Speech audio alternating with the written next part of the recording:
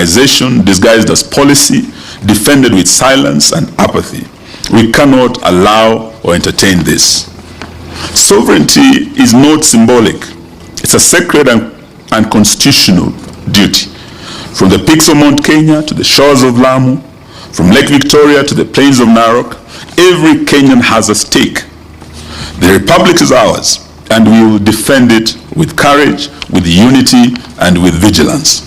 Every pipeline sold, every share disposed, every asset compromised is a betrayal of the generations who fought for our freedom. We call on every citizen, every institution, every civil society organization, and every community to rise up.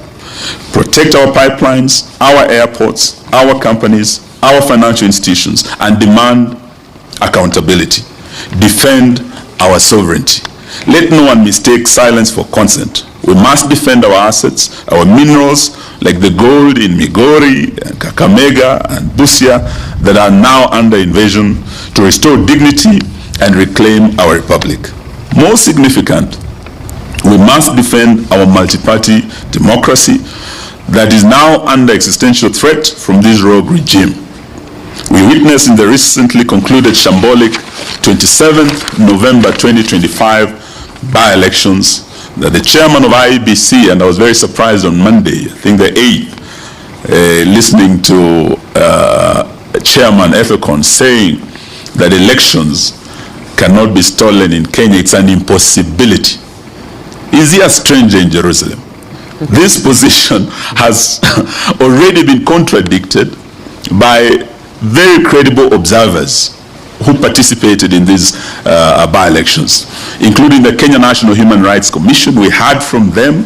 The indictment was harsh in terms of how IEBC failed to conduct these elections properly.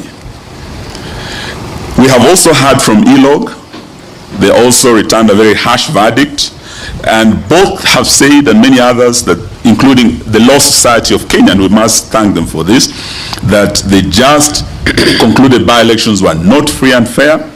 They were heavily rigged in favor of state-sponsored candidates, and they were tainted by violence, mostly from goons, state-sponsored goons, and backed by the police, intimidation, and corruption.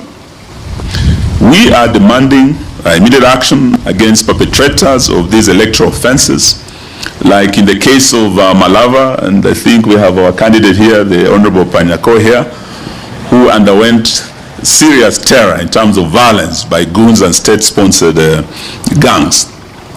There were leaders who are known, who led the goons, who participated in organizing, in financing these goons, and the violence that was visited, particularly in Malava and in Bere. These two were the hottest targets of this system because of the political implications that would confirm a win in Bere for the United Opposition, that the mountain is gone. A win in Western for the United Opposition, that Western is out of the reach of this regime. We are demanding that those who participated, including leaders like Nabina Bwera, the MP for Lugari, and we did issue a statement on the eve of that by-election with my brother Kalonzo Musyoka and Rigiji.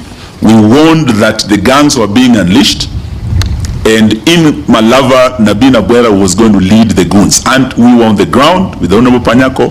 We saw Nabina Bwera leading these goons. We saw Stanley Livondo leading the goons. We saw former CS Sports, Rashida Chesa leading the goons. We saw Esther Muhanda, Women Rep Kakamega, distributing relief food, mattresses, blankets. All these are documented, and PSs, Beatrice Nyangala and others. These are people who are known. Reports have been made of IEBC to the police. What we are demanding is action, that all these leaders be held to account. And IEBC has the powers to call off an election because of violence, where there were deaths like in Kaspul, 2 people died, in Chwele, 1 person died, many were named, vehicles burned. They had the powers to call off this election, but they did nothing. They have the powers to actually suspend anyone who participated in this perpetration of violence, including barring them in participating in future elections, and barring them, recommending them being barred from holding public office in future. This is how we are going to tame these ugly scourge of violence in our